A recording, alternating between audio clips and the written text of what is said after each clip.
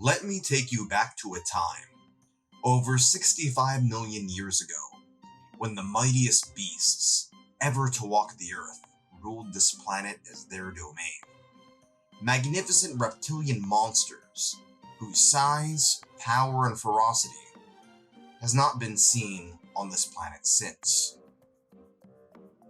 That was, of course, until a meteorite hit what is now the Yucatan Peninsula in modern-day Mexico, creating a cataclysm that would make our nuclear warheads look like a single match. The death and destruction of this cosmic collision killed off the non-avian dinosaurs, while some avian dinosaurs survived the apocalypse. The titanic T-Rex went into the sandstones of prehistory, and few, if they could predict, would predict that the successors of the dinosaur lineage would be this. Yes, chickens are dinosaurs. Sort of. The dinosaur chicken nuggets you ate as a kid are made out of dinosaur meat. Again, sort of. The avian dinosaurs eventually evolved into a wide variety of bird species that we see today, one of which is known as the Red Jungle Fowl.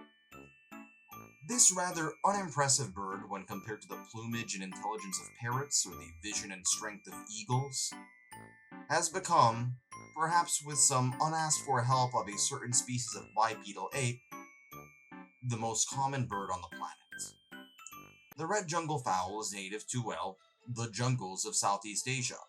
The males are larger and more impressive in terms of their plumage than the females. The male plumage is used to attract mates, even though it makes them more obvious to predators, while the female is duller for the sake of camouflage. This is a tale of the frenemyship between the forces of sexual selection and the forces of natural selection. These males also engage with the cock-a-doodle-doo call, which is quite successful at getting them laid. It makes cloacas wet. Speaking of getting laid, what made these birds of interest to humans was not so much their beauty, ferocity, or intellect, but rather their reproduction. Bamboo in Southeast Asia tends to blossom every several decades, leading to a ton of seeds in the ground for the red jungle fowl to eat. They don't exclusively eat bamboo seeds, but the abundance of food sends their sex drives into hyperdrive, making them bang like a rabbit-Ron Jeremy hybrid.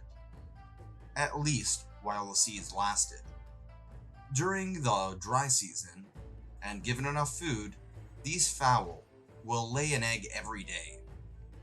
Native to the bamboo forests of Southeast Asia and the Indian subcontinent, and on the outskirts of these forests, humans would engage in the slash-and-burn agriculture, which provided the females of the red jungle fowl with the nesting needed for their young, as well as the seeds for food.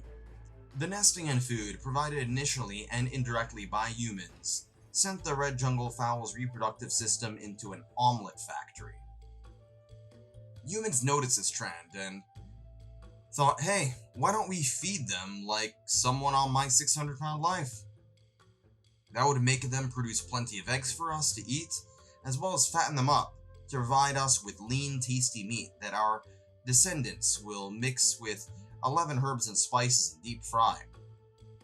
I doubt the Neolithic people in Southeast Asia were thinking of KFC, but they did domesticate the red jungle fowl, along with, to a lesser extent, the gray and green jungle fowls to produce what we now know as the chicken. A common question regarding the nature of causality is, what came first, the chicken or the egg? A rather stupid question, as it posits a scenario in which we don't know the answer to this question. In fact, it is indeed the egg. A chicken egg laid by the red jungle fowl. Or if you want to argue that chickens and red jungle fowl are the same species, a red jungle fowl / chicken egg laid by a bird species that the red jungle fowl evolved from. This is because it is not individuals that evolve, but rather populations that evolve, due to natural selection, sexual selection, genetic mutations, genetic drift, and migration. Along with, in the case of the chicken, artificial selection by humans. While the first egg that hatched, the first red jungle fowl, was largely a product of natural selection, the first chicken egg was a product of intelligent design, intelligence via humans. This process happened around 8 millennia ago, during the Neolithic era, and after a few thousand years spread to China and India, two regions with complex civilizations far older than that of Southeast Asia. From there, chickens were bred by various human cultures to far-off places such as very specific islands by the Austronesian people, some of whom would eventually land in far-off places like Hawaii. The other major civilization region, aside from the Indian subcontinent and China, was the Middle East, where the first cities would emerge. 4,000 years ago, chickens would be bred in what is now Mesopotamia and then a little later, Egypt. From Egypt, chickens found themselves along trade routes to sub-Saharan Africa, and after a few centuries eventually reached what is now South Africa. The Phoenicians and maritime peoples from what is now Lebanon would spread the chicken around the colonies along the Mediterranean coasts of North Africa and southern Europe. They would also come into contact with the Greeks and the Italian peninsula, which would eventually lead to chickens finding their way into the interior of Europe. In various regions, humans were selectively breeding chickens for traits like passivity, less territorial behavior, egg-laying efficiency, and large sums of meat. Two major regions of the world where the chicken empire did not reach for a prolonged period of time were Australia and the Americas. Australia was left out of the Austronesian migration. I suspect that had migration and trade routes been set up in order to provide chickens and the grain needed to feed them, then perhaps Australian Aboriginals would have had the caloric surplus to diversify their labor outside of hunting and gathering, and would have been able to settle down in cities and form their own civilizations. Alas, that did not happen, and Australia would have to wait till the arrival of the British during the 1700s to bring chickens, and eventually this led to Australia's finest invention yet, chicken salt. The Americas too, due to their isolation, did not have chickens for quite a long time. In fact, they were quite lacking in domesticated animals when compared to Afro-Eurasia in general. The Americas did have turkeys, but let's keep it real, their meat is too dry compared to that of a chicken tendy. This proved to be devastating, not only because the calories provided by chickens weren't there, but also because of the lack of immunity to zoonotic diseases that people in the old world held built up over centuries. Granted, chickens and their diseases were not quite as devastating as those from cows, like smallpox. However, it might be incorrect to say that the Americas never had chickens before contact with Europeans. After all, there is some evidence of Polynesians trading sweet potatoes with natives from the Americas. Recall the Polynesian migration I spoke about earlier around the Pacific. Well, although not known for sure, it is possible that these Polynesians, with their very fine sailing capabilities, had bred chickens and then brought them to what are the Americas, specifically southern Chile today, and used by the Mapuche peoples of southern Chile. However, there still needs to be more research done, and none of this has been set in stone, and there is quite a lot of controversy around this. While the Red Jungle Fowl are from the warm, humid jungles of Southeast Asia, various people groups bred chickens to survive in various climates, and their ability to regulate body temperature like that of most birds allowed them to move away from the tropics into the subtropics and the temperate regions, and then even the subpolar regions, alongside their human overlords. Alligators are said to taste like chicken and are actually taxonomically closer in the evolutionary chain to chickens than they are to lizards. But given their meaty diet, aggression, and inability to survive in a cold climate, they and other reptiles have only been farmed on a small regional level despite their chicken-like texture and flavor. Birds are technically reptiles after all. Speaking of cold places, the Vikings might have brought the Icelandic chickens to what are now Canada, or more accurately the Canadian province of Newfoundland.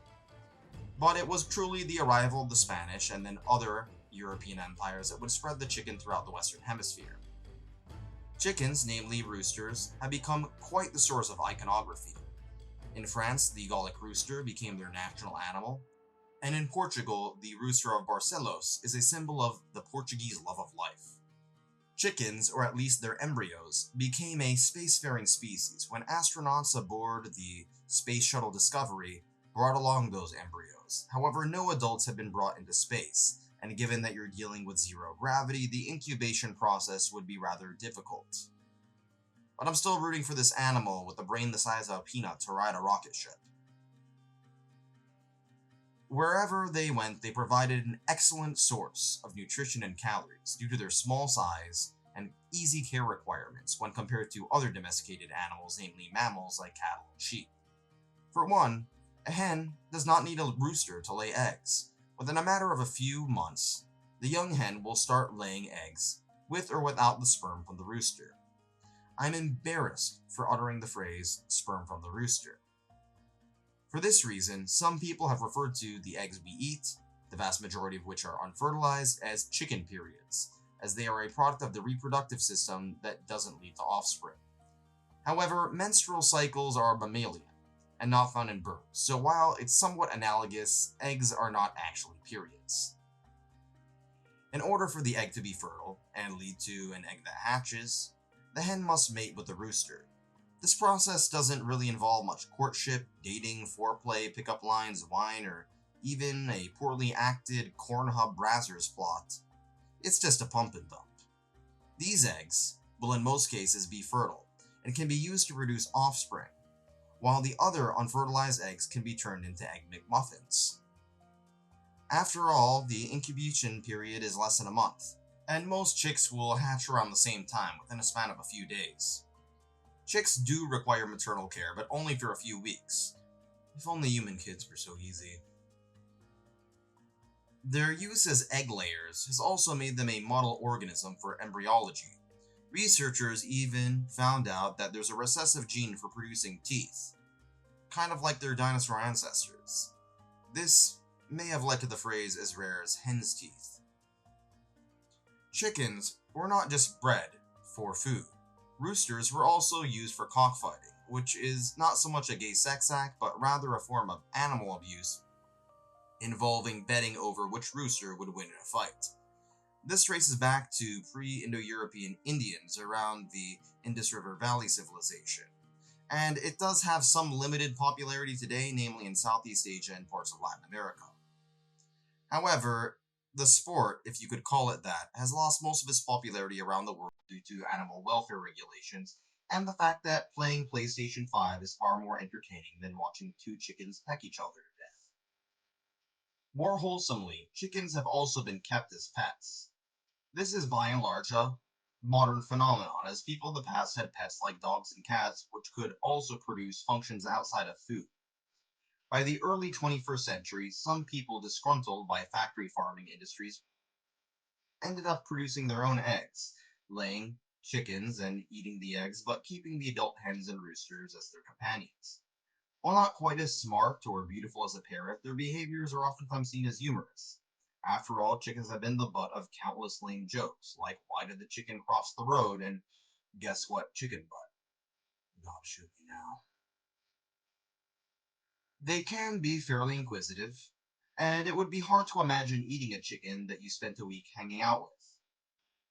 Alas, speaking of eating, their bodies are certainly rich in protein, and are by and large considered healthier than those of red meat animals like cattle and pigs.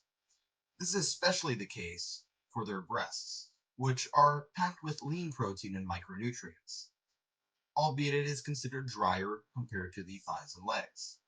While not particularly popular in the modern West, their feet and organ meat are also commonly eaten in many other cultures, namely Chinese cuisine, which is why organ meat is oftentimes shipped overseas. As offensive as it sounds, it is oftentimes used in pet food in the United States and other Western countries. If you're going to kill an animal, at least use every part of its body. Chicken production is also substantially more efficient than those of other birds, like, say, quails, which don't produce that much meat, or ducks, which require ponds. Oh, and another thing, they can't fly. Kind of important for breeding birds who don't want to be on a menu at Popeyes. In many parts of the world, this has made them the primary protein source, or at the very least, the main animal protein source, as beef, lamb, and others proved to be more expensive, leading to a situation in which chickens were sometimes seen as the food of lower classes, although not exclusively. In recent decades, with more people being lifted out of poverty, many people in the global south are seeking chicken as their primary protein rather than relying on grain and other staple crops. As stated before, chickens are easy to breed and not costly to maintain, and they have not been subject to major religious food taboos like pork or beef. For this reason, nearly every culture has some sort of iconic chicken dish: tandoori chicken from India, shawarma in the Arab world, ají de gallina from Peru, and countless others. During the mid 20th century, the United States saw a proliferation of southern fried chicken restaurant chains like KFC, Popeyes, Church's Chicken, and others. This was great for farm workers and sharecroppers doing the backbreaking labor of the southern heat and humidity, as they needed high caloric food to fuel their bodies. However, it's not so great for fitting into your tight jeans. With some American servicemen fighting abroad in World War II, Korea, Vietnam, and others, many brought southern fried chicken with them, and this was adopted in many East Asian cultures, which already had their own versions of fried chicken. This is why KFC and other fast food chains have proliferated so quickly in the Asia Pacific region, with KFC being the most widespread foreign brand in China. Today, chicken consumption has become more controversial as the economy moved away from tons of subsistence family farms into a post-agrarian economy, with the bulk of the population moving to industrial jobs and later service sector and knowledge sector jobs. With transition, most people producing their food was no longer the real deal. After all, in the past, most people were A, producing food on their own farms, or B, producing food in the name of a lord or landlord. However, as modernity grew and technology improved and capitalism emerged, many people flocked to the cities for better jobs, and the number of farms dwindled. However, the size of the remaining farms massively increased, becoming very large scale and commercial. This led to farms focusing much more on efficiency, the least amount of inputs when it comes to the size and area of the chickens, or more accurately, the size of which the chickens live in, for the most amount of meat produced by each individual chicken. This has led to a situation in which, in order to remain profitable and feed a vast sum of people, factory farming eventually emerged. Hens are oftentimes kept in cages, living almost all of their lives in roughly the size of an affordable apartment in Vancouver and San Francisco. They are constantly fed to make them as fat as possible, and oftentimes are wallowing around in their own shit. The widespread feces and population density can lead to pathogen outbreaks, which are oftentimes mitigated through the use of antibiotics. However, bacterial infections can mutate and eventually produce strains that are resistant to these antibiotics, thereby not only harming chickens but also humans as well. Raw chicken and chicken eggs are also known to contain salmonella, caused by a certain bacteria, which invades the gastrointestinal tract. This is the main reason why people will eat raw steak, but chicken always needs to be well done. Medium rare chicken will land you, at worst, in the grave or an emergency room, and at best, sitting on a toilet for a week. In some cases, pathogens can be zoonotic, meaning they can transfer from animals to humans. The most well-known of this is the avian flu, caused by the viruses, that cause influenza. And these are not harmed by antibiotics like bacteria are, because after all, viruses aren't biotic, they aren't really living. This system of factory farming is nonetheless far more efficient and productive than, say, subsistence farming of the past. Although perhaps not quite as efficient as getting your protein from beans, given that you need to feed chickens while beans just need soil, sun, and water. Much of this has prompted a debate around reducing meat consumption and factory farming. Given that chickens are birds, not mammals, the regulations for their welfare are more lax, leading to poorer conditions. And given the fact that there are far more chickens than cows and goats, this has led to more collective misery. For this reason, from an animal rights perspective, or at the very least an animal welfare perspective, chicken farming is seen as the worst of the worst. However, from the perspective of environmental sustainability, it's better than, say, cattle farming, since chickens don't burp and fart like cows do, and they're also far more productive when it comes to putting inputs for the amount of calories you get out of them. In the Indian subcontinent, many Hindus and followers of other religions have either A, not eaten meat at all, or B, allowed for chicken while not eating red meat, namely beef. They also by and large still eat eggs. Eggs, while not as controversial as chicken meat, due to the fact that you aren't eating any living thing or anything that was once alive, or even fertilized for that matter, has still been the subject of controversy, as male chicks in the factory farms are killed shortly after their birth, as they don't produce eggs, and they don't really produce that much meat either, as the breeds used for producing meat and the breeds used for producing eggs are different. So all the male chicks are killed in some weird radical feminist pipe dream.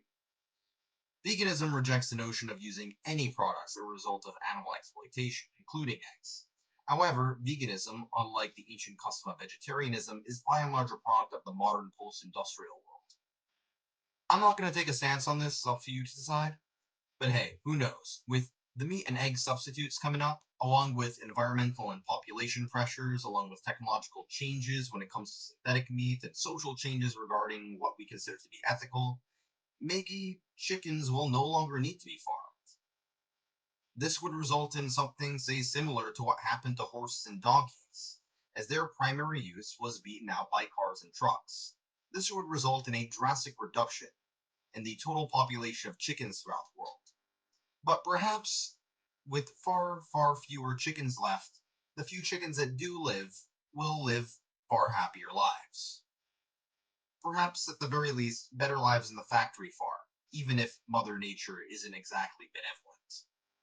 And they can spend the rest of their days foraging the bamboo forests, as their ancient ancestors once did. And to steal one quote, of which I could not find the source of, and not give credit to the actual quote maker, I'll say this. Perhaps one day, a chicken can cross the road without having its motive questioned. Thanks for watching.